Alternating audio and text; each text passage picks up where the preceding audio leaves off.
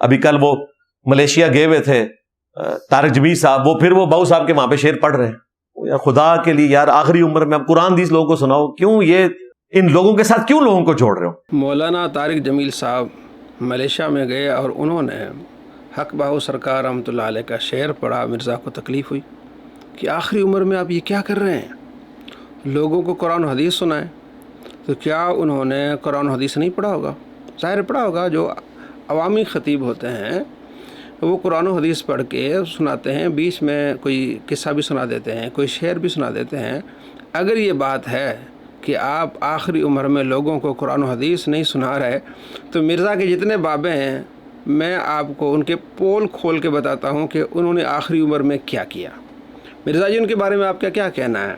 اس کا جو بابا ہے وقت کا حسین، اور کہتا ہے کہ مجھے ان پر فخر ہے، مولانا اسحاق صاحب، اور دوسرا میرا بابا ہے حافظ زبیر علی زئی، ان پر بھی مجھے فخر ہے۔ اب مولانا اسحاق صاحب رحمہ اللہ تعالی میرے استاد ہیں، اور یعنی مجھے اپنے دو شیخین کے اوپر فخر ہے، ایک شیخ زبیر علی زئی رحمہ اللہ تعالی اور دوسرے مولانا اسحاق صاحب رحمہ اللہ تعالی۔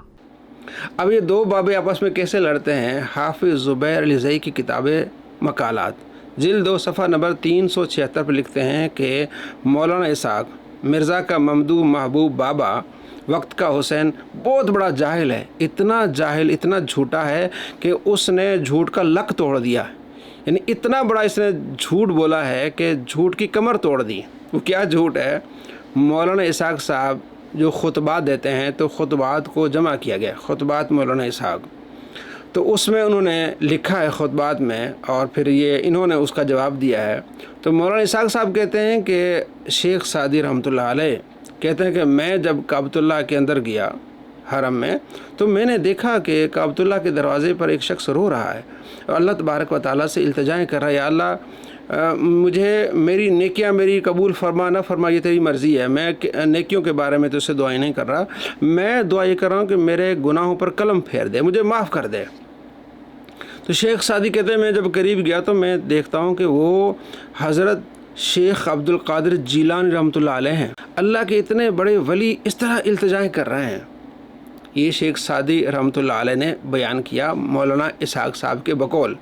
اب اس کے نیچے یہی اس کے جو جن پر مرزا کو فخر ہے، دوسرے باب حافظ زبیر زئی کہتے ہیں کہ کتنا بڑا جاہل ہے مولانا اسحاق، کہ شیخ سعدی رحمۃ اللہ علیہ پیدا ہوتے ہیں 590 ہجری کو، اور 28 سال پہلے 561 ہجری کو حضرت شیخ عبد القادر جیلانی رحمۃ اللہ علیہ وفات پاتے ہیں، یعنی 28 سال کا بیچ میں فرق ہے۔ تو شیخ سعدی کے بارے میں یہ بات کیسے انہوں نے بیان کر دی؟ مولانا اسحاق صاحب نے اتنا بڑا جھوٹ بولا کہ جھوٹ کی بھی اس نے کمر توڑ دی ہے۔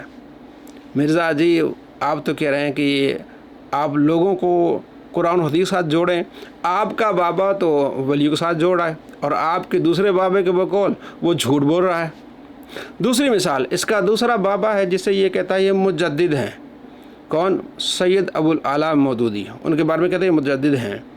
ان کا رسالہ پیغام حق، اس میں وہ لکھتے ہیں کہ بایزید بستامی رحمۃ اللہ علیہ بیٹھے ہوئے تھے، ان کو الہام ہوا، یاد رکھیے گا، انہیں الہام ہوا کہ آپ نے یہودیوں کا ایک بہت بڑا اجتماع ہو رہا ہے، ان کی عید ہو رہی ہے، وہاں آپ نے شامل ہونا ہے، آپ نے ان کو تبلیغ کرنی ہے۔ آپ بیٹھے رہے کہ یہ کس طرح کا الہام ہے، کس طرح کی بات ہے۔ پھر انہیں الہام ہوا، آپ نے ان کی عیدگاہ میں شامل ہونا ہے، ان کی عبادت میں شامل ہونا ہے، آپ نے جانا ہے، ان کو تبلیغ کرنی ہے۔ اور کہتے ہیں پھر گئے وہاں، اور جب وہاں گئے ہیں باعث بستامی رحمۃ اللہ علیہ، تو ان کا جو بہت بڑا عالم تھا، پوپ تھا، اس سے تقریر نہیں ہو رہی تھی۔ تو ان کے عوام نے کہا بھی آپ کیوں نہیں تقریر کر رہے ہیں؟ ان کا جی مجھ سے تقریر ہو نہیں رہی، یہاں کوئی محمدی بیٹھا ہوا ہے۔ اس نے کہا آپ ہمیں بتائیں، ہم اس کو کاٹ کے رکھتے ہیں؟ اس نے کہا نہیں ایسا نہیں۔ پھر اس نے نبی صلی اللہ تعالیٰ علیہ وآلہ وسلم کا واسطہ دیا کہ آپ محمدی ہیں تو آپ باہر آ جائیں، ہم نے آپ سے کچھ سوالات کرنے ہیں۔ تو اس نے پھر تقریباً کوئی 40 سوالات کیے، باعث بستامی رحمۃ اللہ علیہ نے ان کے جوابات دیے۔ پھر باعث بستامی رحمۃ اللہ علیہ نے ایک سوال کیا کہ مجھے یہ بتاؤ کہ جنت کی کنجی کیا ہے؟ وہ خاموش رہا۔ عوام نے کہا بھائی 40 سوالوں کے جواب تو اس نے دیے، آپ ایک سوال کا جواب دیں۔ تو اس نے کہا جنت کی کنجی لا الہ الا اللہ محمد رسول اللہ۔ تو یہ کہتے ہوئے سارا مجمع مسلمان ہو گیا۔ یہ کون لکھ رہا ہے؟ سید ابو الاعلیٰ مودودی۔ یہ لوگوں کو کس کے ساتھ جوڑ رہا ہے؟ یہ اللہ کے ولیوں کے ساتھ جوڑا ہے. اور مرزا کہتا ہے کہ صوفیہ نے کچھ نہیں کیا.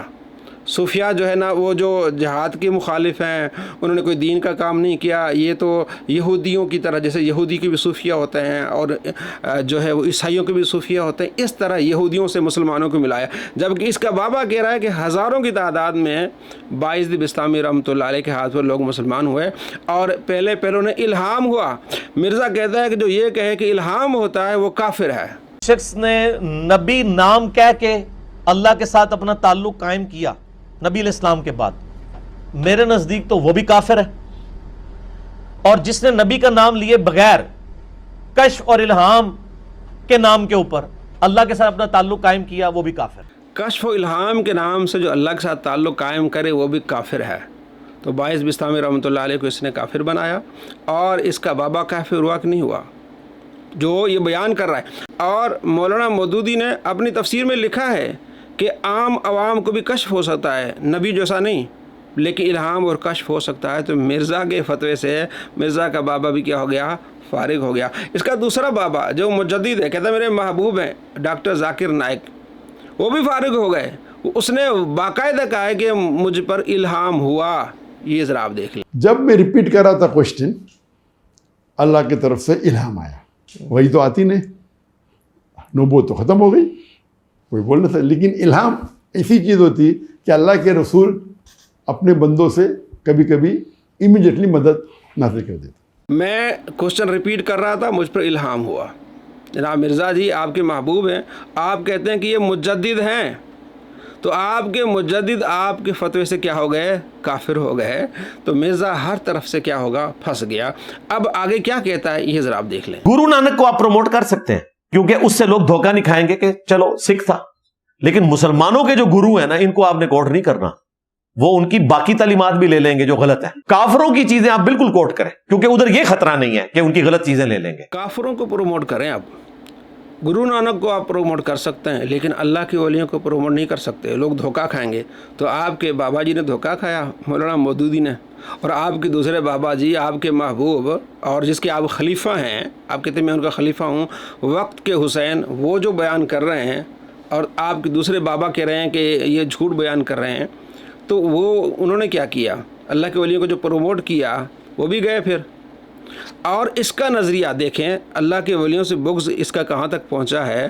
اللہ فرماتے ہیں من عادی لی ولی فقد آذنتہ بالحرب, جس نے میرے ولی سے عداوت رکھی اسے میرے اعلان جنگ ہے. تو اللہ کا اعلان جنگ ایسے ظاہر ہوا کہ یہ ملحدین کو پروموٹ کر رہا ہے.